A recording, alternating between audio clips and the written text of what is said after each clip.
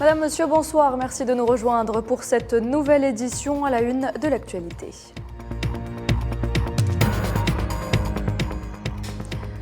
Abdoulaye Bathily poursuit sa visite en Libye. L'envoyé spécial des Nations Unies s'y est entretenu avec les principaux dirigeants politiques. Objectif, promouvoir la voie de la réconciliation nationale.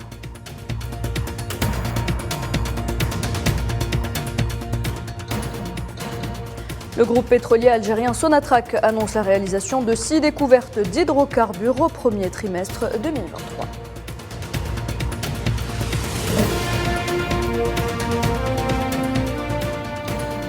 Antonio Guterres en Somalie, le secrétaire général de l'ONU appelle à une aide humanitaire de 2,6 milliards de dollars pour ce pays de la Corne de l'Afrique terrassé par la sécheresse.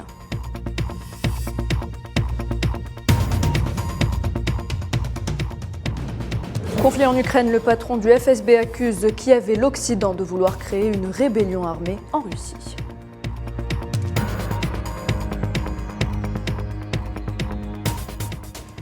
Bienvenue à toutes et à tous. Si vous nous rejoignez, la visite d'Abdoulaye Bathily en Libye se poursuit. L'envoyé spécial des Nations Unies pour la Libye a rencontré les principaux dirigeants politiques de ce pays dans la perspective de promouvoir la voie de la réconciliation nationale et de s'assurer de la mise en place d'un climat propice aux élections pour une sortie de crise. Sofiane Baroudi. L'envoyé spécial du secrétaire général des Nations Unies pour la Libye à l'occasion de sa tournée a multiplié les rencontres à Tripoli, à Benghazi, mais aussi à Sabha, dans le sud du pays, dans l'objectif de baliser le chemin à une sortie de crise via la réconciliation nationale et vers une solution par la voie électorale. À cette occasion, il a rencontré le président du Conseil présidentiel, Mohamed El Menfi. Abdoulaye Bathily a fait un point sur ces différentes réunions dans les pays de la région, mais aussi avec des représentants politiques locaux. Il a déclaré que le Conseil présidentiel libyen était un partenaire central des Nations Unies dans la perspective de l'organisation des élections. L'envoyé spécial du secrétaire général des Nations Unies pour la Libye a également abordé le volet très important relatif au retrait des combattants étrangers et des mercenaires appelés à quitter le pays. Des rencontres de haut niveau ont eu lieu dans ce sens, au Soudan et au Tchad, afin de permettre la concrétisation de cet objectif dans le cadre d'une coordination internationale. Le volet relatif à la sécurisation des infrastructures ainsi que celle des futures échéances électorales a également été abordé et des engagements ont été pris dans ce sens. C'est entre autres ce qui a été discuté lors de la réunion qui s'est tenue entre le comité militaire libyen 5+5 et le gouvernement d'union nationale. Abdoulaye Bathily a salué vivement les efforts déployés par les autorités libyennes qui tendent à stabiliser la situation et à accélérer la perspective de réconciliation nationale et celle de la reconstruction institutionnelle. Le président du gouvernement d'union nationale libyen, Abdelhamid Dbeiba, a assuré le représentant du secrétaire général des Nations Unies pour la Libye de son soutien et du soutien de son gouvernement aux efforts déployés dans les différents processus dans l'objectif d'assurer la célébration des échéances électorales. Et le chef du gouvernement libyen d'union nationale, Abdelhamid Dbeiba, a reçu ce mardi l'ambassadeur d'Algérie à Tripoli, Slimane Chennine. Il lui a transmis les salutations du président algérien Abdelmadjid Tebboune ainsi que celles du Premier ministre. La réunion a porté sur les procédures pour l'activation du passage Khdames Debdeb et d'un certain nombre de dossiers économiques. L'ambassadeur algérien qui a également assuré à Abdelhamid Dbeiba le soutien de l'Algérie aux efforts du gouvernement libyen pour la stabilité du pays et l'organisation d'élections avant la fin de l'année en cours. Deuxième session pour les parlementaires tunisiens à l'ouverture de la séance plénière aujourd'hui consacrée à l'examen du projet de règlement intérieur du Parlement. Le président de l'Assemblée des représentants du peuple, Brahim Bouderbala, a invité les députés à faire preuve d'une grande responsabilité et à fournir un surcroît d'efforts pour restaurer la confiance des Tunisiens et par là même créer un terrain propice à un développement social durable.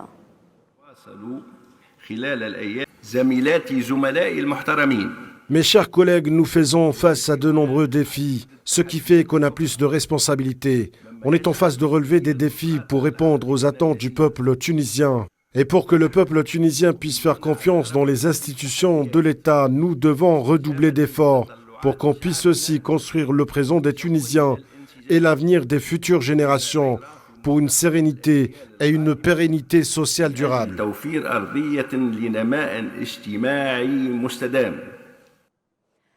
Retour dans ce journal également sur cette annonce faite par le groupe pétrolier algérien Sonatrach. Il s'agit de la découverte d'hydrocarbures durant le premier trimestre de l'année 2023.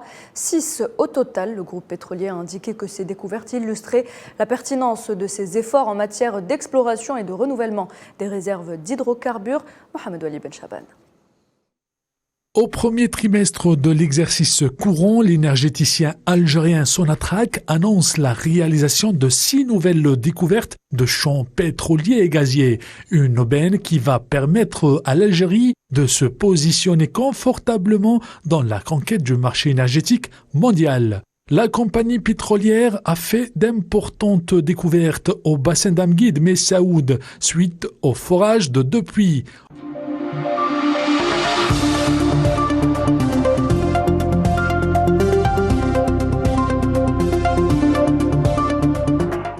Au bassin de Barkine, le forage sur 2 puits a permis la découverte de pétrole et de gaz à condensat.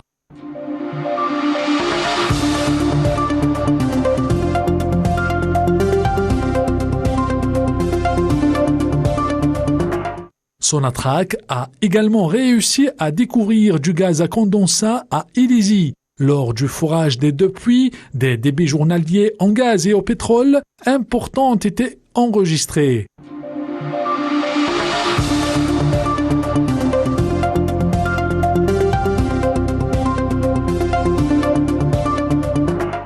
Avec ces réalisations et bien d'autres, Sonatrach a réussi à mettre à jour plus de 600 découvertes de pétrole et de gaz depuis la nationalisation des hydrocarbures.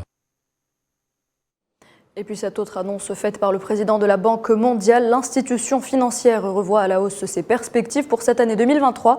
Les prévisions de la croissance mondiale sont à 2% contre 1,7% en janvier dernier en raison de la reprise en Chine.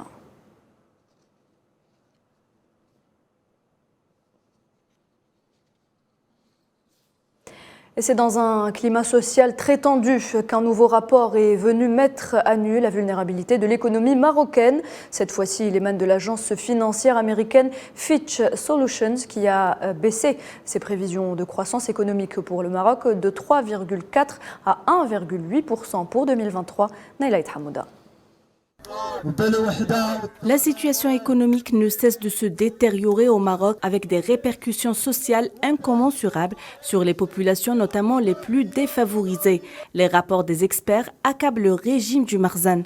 Les prévisions de la croissance économique connaîtront une baisse vertigineuse en 2023 selon le spécialiste international du risque crédit et de la macro-intelligence. L'agence financière américaine Fitch Solutions anticipe désormais une progression autour de 1,8% en 2023 sous l'impact de l'accélération de l'inflation à 7,8%, avec une accélération du resserrement monétaire qui porterait le taux directeur à 4,5% fin 2023 et d'une reprise modérée de la production agricole ainsi qu'une faible évolution de la demande adressée au Maroc par la zone euro. Une politique budgétaire expansionniste compense certains de ces vents contraires. Elle ne parviendra pas à stimuler de manière significative l'activité économique. Fitch s'attend ainsi à une augmentation des importations de produits agricoles et alimentaires en 2023, mais aussi à des importations de capitaux suite à une hausse des dépenses d'investissement du gouvernement. À cela s'ajoute l'accélération de l'inflation et la croissance molle du secteur agricole, ainsi que le chômage élevé. Ces facteurs pèseront considérablement sur le pouvoir d'achat des ménages. Le malaise social est de plus en plus profond, les fragilités et les vulnérabilités se sont amplifiées, ce qui a fait basculer une grande partie de la population marocaine de la précarité vers la pauvreté.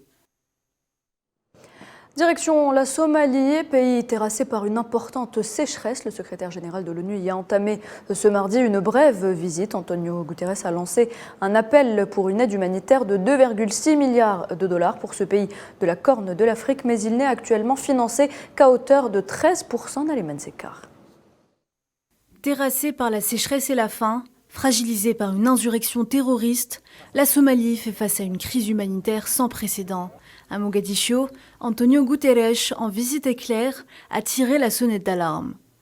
C'est par solidarité que le secrétaire général des Nations Unies s'est rendu pour la deuxième fois depuis le début de son mandat dans ce pays de la Corne de l'Afrique.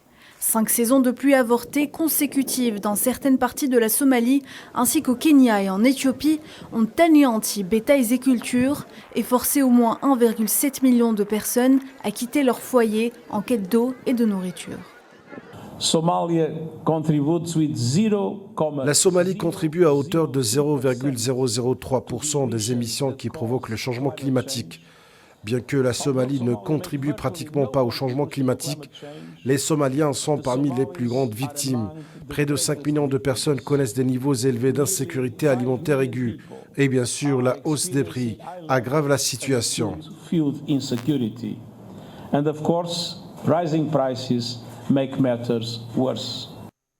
Selon une étude publiée en mars par le ministère somalien de la Santé, l'Organisation mondiale de la santé et l'UNICEF, entre 18 000 et 34 000 personnes pourraient mourir des conséquences de la sécheresse en Somalie au cours des 6 premiers mois de cette année. L'ONU lance un appel pour une aide humanitaire de 2,6 milliards de dollars. J'appelle donc les donateurs et la communauté internationale à accroître leur soutien pour financer d'urgence le plan d'intervention humanitaire de 2023, qui n'est actuellement financé qu'à 15%. Le pays a déjà été frappé en 2011 par une famine qui a causé la mort de 260 000 personnes, dont plus de la moitié des enfants de moins de 6 ans. En 2017, une nouvelle catastrophe avait été évitée de justesse grâce à la mobilisation rapide de la communauté internationale. Au volet diplomatique, la relation Iran-Arabie Saoudite se réchauffe. Une équipe iranienne se rendra donc en Arabie Saoudite dans les prochains jours pour préparer la réouverture de l'ambassade d'Iran à Riyad. C'est ce qu'a annoncé le porte-parole du ministère iranien des Affaires étrangères, précisant que l'Iran et l'Arabie Saoudite avaient rétabli leurs relations diplomatiques sur la base de l'accord négocié par la Chine entre les deux pays.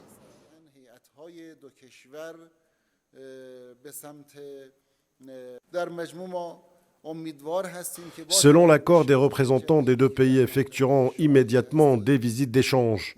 Des représentants d'Arabie Saoudite sont arrivés en Iran et une délégation iranienne se rendra en Arabie Saoudite dans les 2 ou 3 prochains jours. Avec la bonne volonté, la détermination et l'hospitalité du gouvernement chinois, l'Iran et l'Arabie Saoudite sont parvenus à un accord aussi important. Comme nous l'avons mentionné dans notre précédente déclaration conjointe, la Chine joue un rôle constructif sur cette question, ce que nous apprécions.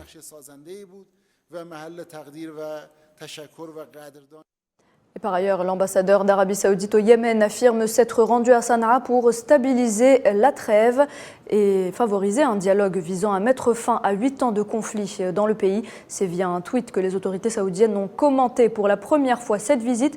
Le diplomate saoudien a également dit chercher à soutenir le processus d'échange de prisonniers et explorer les voies du dialogue entre les parties yéménites pour parvenir à une solution politique durable et globale. Dans l'actualité également, le patron du service de sécurité russe, le FSB, accuse l'Ukraine et les Occidentaux d'essayer d'inciter les Russes au sabotage et à la rébellion armée. Alexandre Bortnikov a assuré que 118 crimes terroristes avaient été déjoués en Russie depuis février dernier, dont les auteurs sont des jeunes, des adolescents, y compris des mineurs. L'économie russe se fait de la résistance. Malgré l'opération russe en Ukraine et les sanctions, elle devrait de nouveau tenir le choc en 2023, selon les dernières prévisions publiées ce mardi par le Fonds monétaire international. Il anticipe une croissance de 0,7% cette année, mieux que les 0,4% prévus il y a 3 mois. En revanche, au Royaume-Uni, la situation est tendue. Des milliers de jeunes médecins entament ce mardi une grève de 4 jours pour obtenir de meilleurs salaires. Il s'agit de la mobilisation la plus perturbatrice de l'histoire, une nouvelle pression sur un système de santé déjà à bout de souffle. Les États-Unis et les Philippines ont entamé les plus grandes manœuvres militaires conjointes de leur histoire ce mardi, alors que ces deux alliés cherchent à contrer l'influence de la Chine dans la région. Quelques 18 000 soldats, soit environ le double de l'an dernier, prennent part à ces exercices annuels d'une durée de 2 semaines, baptisés Balikatan, côte à côte en philippin. Pour la première fois, les opérations comprendront des tirs de munitions réelles en mer de Chine méridionale, dont Pékin revendique la quasi-totalité.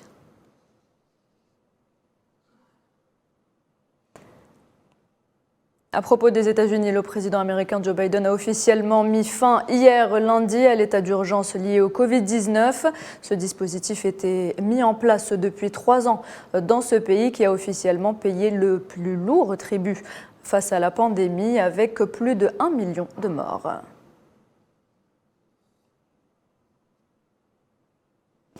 Toujours aux États-Unis, dans le New Jersey, cette fois-ci, l'imam de la mosquée de la ville de Patterson a été poignardé par l'un des fidèles alors qu'il dirigeait la prière de l'aube dimanche. L'imam de 65 ans a tout de suite été transporté vers l'hôpital Saint-Joseph. Il est actuellement hors de danger. Son état de santé est stable.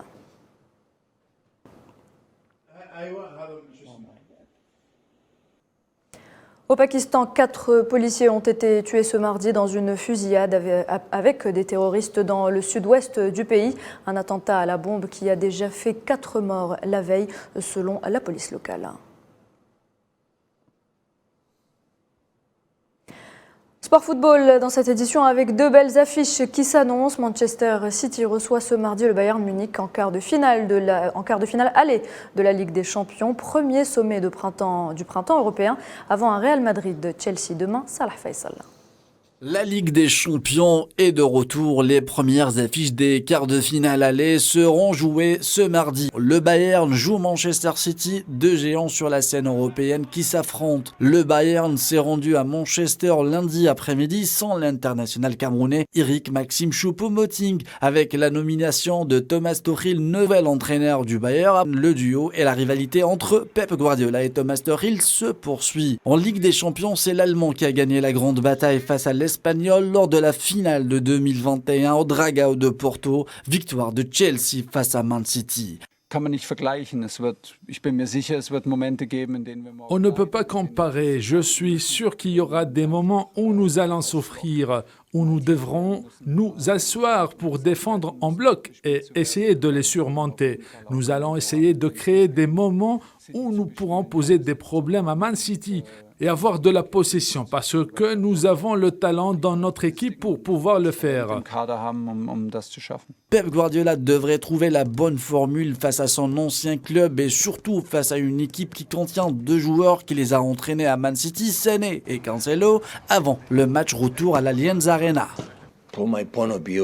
De mon point de vue, le Bayern n'est pas une équipe construite pour penser au match retour. S'ils viennent ici, c'est pour gagner.